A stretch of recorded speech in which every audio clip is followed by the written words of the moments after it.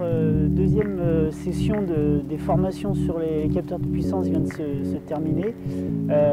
Cette session était destinée donc sur un deuxième niveau à l'intégration des données puissance dans l'entraînement.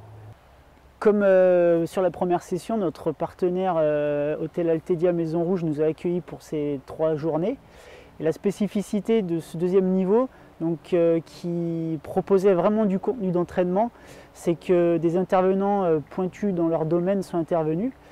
La formation s'est lancée avec Mickaël Bouget, l'entraîneur personnel notamment de Jean-Christophe Perrault, le dernier deuxième du Tour de France. Aujourd'hui, je me suis attaché à aborder l'analyse des exigences de la discipline, plus précisément les déterminants dans les différentes disciplines du cyclisme. Et c'est une étape qui est, à mon sens, incontournable dans la démarche d'entraîneur et la programmation d'entraînement.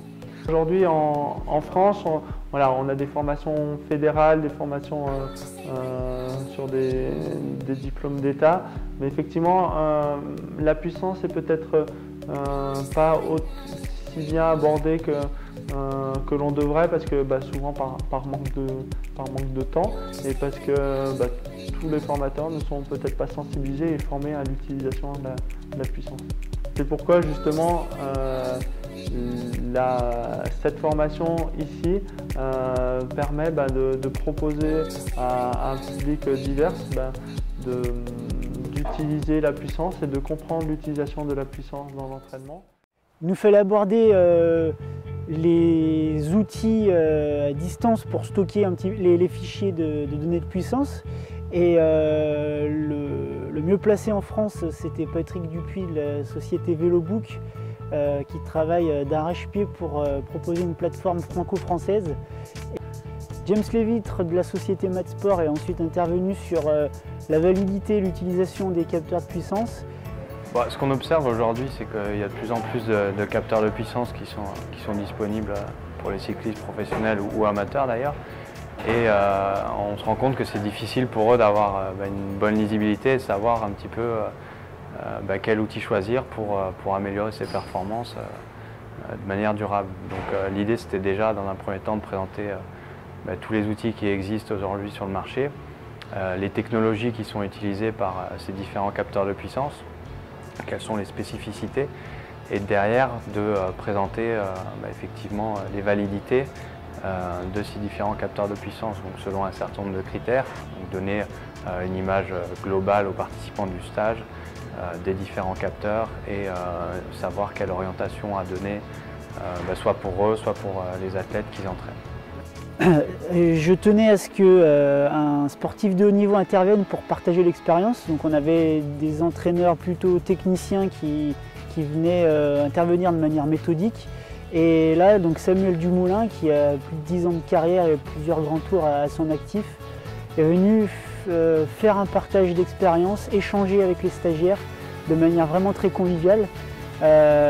Comme c'est un sportif qui a une grande connaissance de soi, qui s'implique beaucoup sur son auto-analyse de sa pratique, de sa discipline, ça a été un moment fort et avec ses mots à lui, il a pu exprimer ses contenus d'entraînement et la relation qu'il avait avec ses outils à l'entraînement. Nous avons essayé lors du planning de cette session d'alterner avec des phases pratiques. Les stagiaires ont pu s'essayer à plusieurs reprises à mettre en place des séances sur l'ergocycle SRM, notamment pour faire des tests de terrain et également étudier des fichiers sur différentes séances pratiques. Enfin, la dernière journée était destinée à la planification de l'entraînement, puisque un des mieux placés par chez nous, c'était Jean-Baptiste Quiclet, l'entraîneur de l'équipe professionnelle AG2R La Mondiale. Et donc il a partagé son intervention sur les différentes méthodes pour mesurer la charge d'entraînement. Et là, encore une fois, les données de puissance intervenaient de manière forte. Et dans un second temps, il nous exposait des planifications d'entraînement avec différents profils de coureurs, ce qui a particulièrement intéressé nos différents stagiaires. La commande du centre de formation, c'était de faire une intervention sur la quantification de la charge d'entraînement, plus généralement la planification, plutôt autour des concepts entre le modèle français et le modèle un peu US, et aussi sur la définition des allures d'entraînement qui sont essentielles à l'entraînement. De manière générale, de toute façon, c'est des concepts qui sont assez transversaux déjà à toutes les autres disciplines. Et puis en plus de cela, les stagiaires étaient plutôt bien aguerris par rapport à leur niveau et leur intervention au niveau de leur structure. Donc ça a été plutôt un échange interactif qui de toute façon on est toujours à réfléchir sur ces concepts-là. Hein. Donc c'est sûr que l'interaction avec les stagiaires c'était très enrichissant pour pouvoir développer on va dire, mon argumentaire et confronter aussi les idées parce qu'on n'est pas forcément alerte sur toutes les manières de concevoir. Certains stagiaires aussi ont connu d'autres disciplines donc c'était intéressant de connaître leur avis. Quoi. 2014 a marqué la première saison où nous avons pu mettre en place un réel suivi dans ces formations avec 2 niveaux qui ont été réalisés dans l'année. On est vraiment satisfait des retours puisqu'on répond à une attente. Et dès la saison prochaine, donc du 30 janvier au 1er février 2015, le premier niveau sera de nouveau organisé et le deuxième niveau sera organisé en novembre 2015.